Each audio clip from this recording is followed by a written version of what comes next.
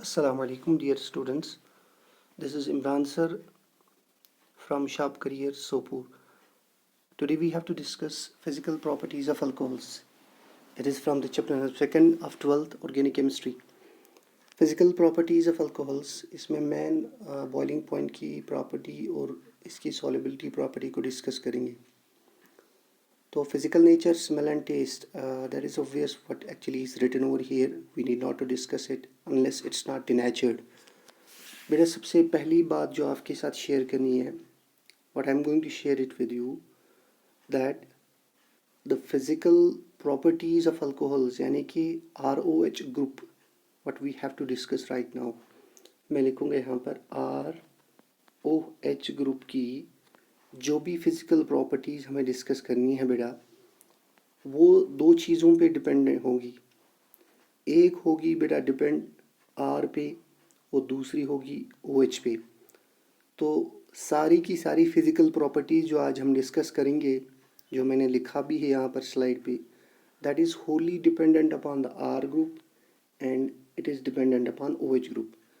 So side by side we are going to decide which of the properties and how R group is responsible for the physical properties and how OH group is responsible for the physical properties. As per this slide you can see that I have written the structure of alcohol is mainly composed of two parts. एक part है बेटा alkyl या aryl part और दूसरा part है हाइड्रोजाइल part. तो इन्हीं की वजह से जो है प्रॉपर्टीज़ या तो डिसाइड होती है या तो मॉडिफाई होती है. सो हम यहाँ पर कहेंगे कि जो प्रॉपर्टीज़ है वो मेनली हाइड्रोजाइल ग्रुप की वजह से है. मेनली किसकी वजह से है? हाइड्रोजाइल ग्रुप की वजह से. और अल्किल ग्रुप क्या करता है? उनको इंजीनियर करता है यानी मॉडिफाई करता है. आगे देखेंगे उसको.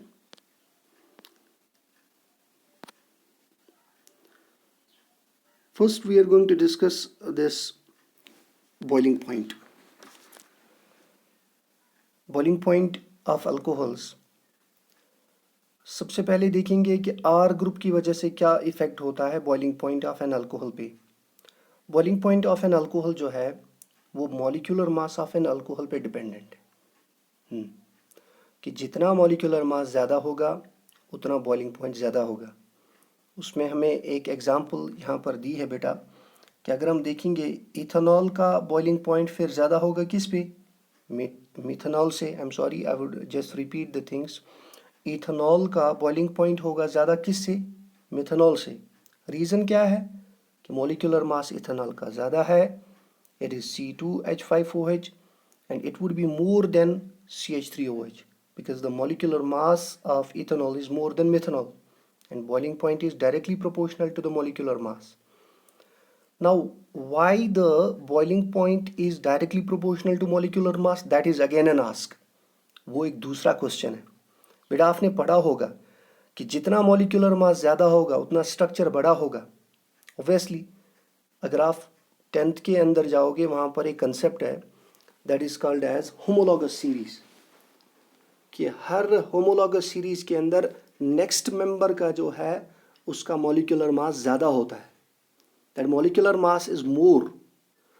सो how much more it is? Every member, हर एक मेंबर के अंदर जो ऐड होता है that is an addition of CH2 unit. CH2 unit add होता है. कि अगर आप देखोगे CH3 CH2OH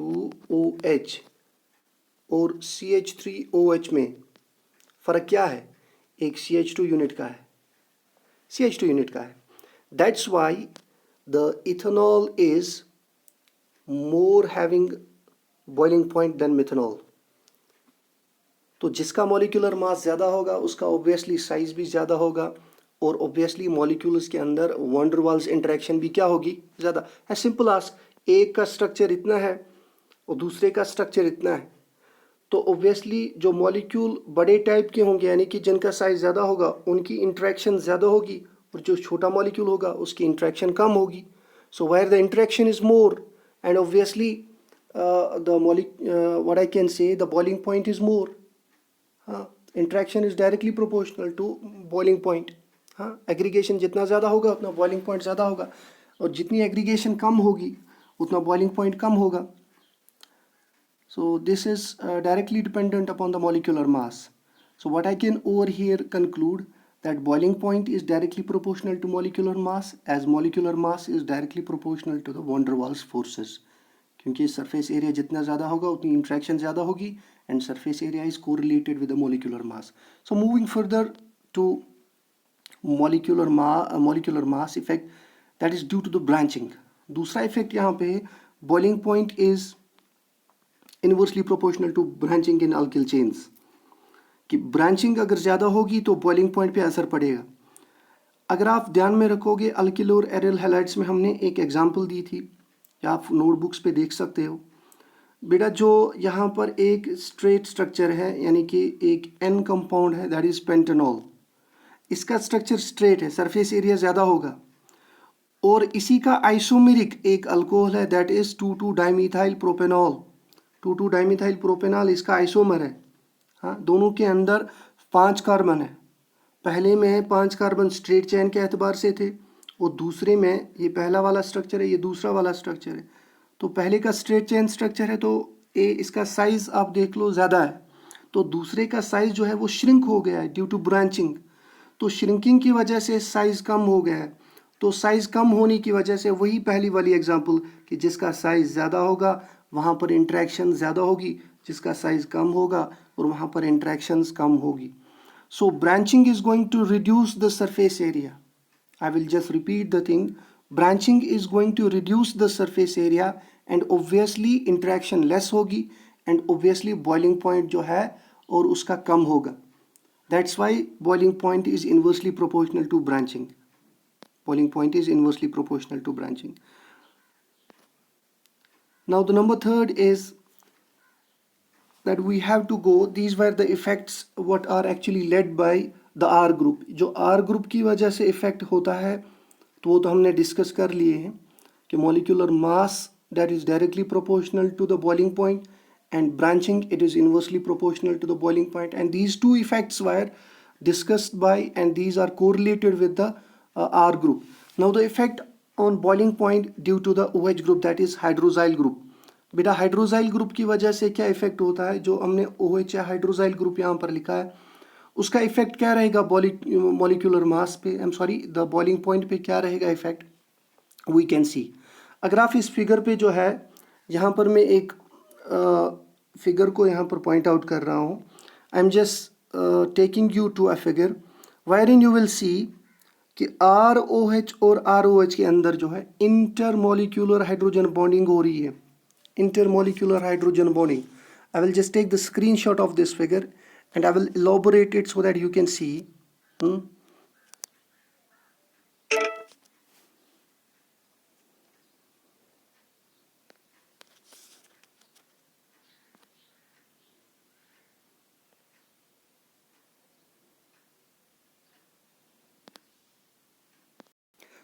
अगर आप बेटा इस फिगर की तरफ देखोगे कि O from one of the OH groups and H from another OH group, they are actually in hydrogen bonding with each other. नीचे मैंने डिनोट किया है कि जो दो यहाँ पर रेड कलर के बॉन्ड्स बन गए हैं, the two hyphens which are showing the bond between one of the oxygens of one of alcohol and hydrogen of another alcohol group. Similarly, they are interlinked with each other. So the bond is between one alcoholic group and another alcoholic group, and that is simply a hydrogen bond.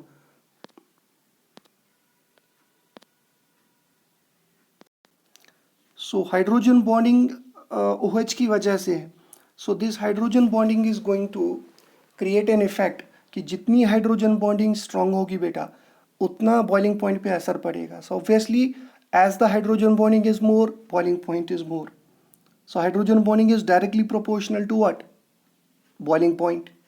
हाँ, लेकिन hydrogen bonding का effect क्या होगा कि अगर आप देखोगे R जितना बड़ा होगा, R वो यहाँ पर मैंने तो लिखा नहीं है, लेकिन एक बात का ध्यान रहे कि जितना R ज़्यादा होगा उतनी हाइड्रोजन बॉन्डिंग लेस होगी. Y?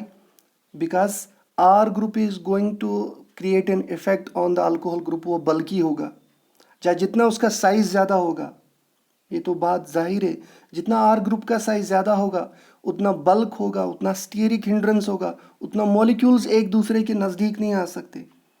So as hydrogen bonding is due to OH ग्रुप, बट आर ग्रुप की वजह से हाइड्रोजन बॉन्डिंग पे असर होगा. So what I am going to write over here, R group का साइज जो है that is inversely proportional to hydrogen bonding, कि हाइड्रोजन बॉन्डिंग पे उसका इनवर्स असर होगा. Now moving further, this is obvious, it is going to have its inverse effect on the hydrogen bonding and obviously to the boiling point, कि R group बड़ा होगा, hydrogen bonding कम होगी, और boiling point भी क्या होगा, बॉइलिंग पॉइंट ऑब्वियसली उसकी वजह से क्या है, कम होगा. इनवर्स इफेक्ट रहेगा.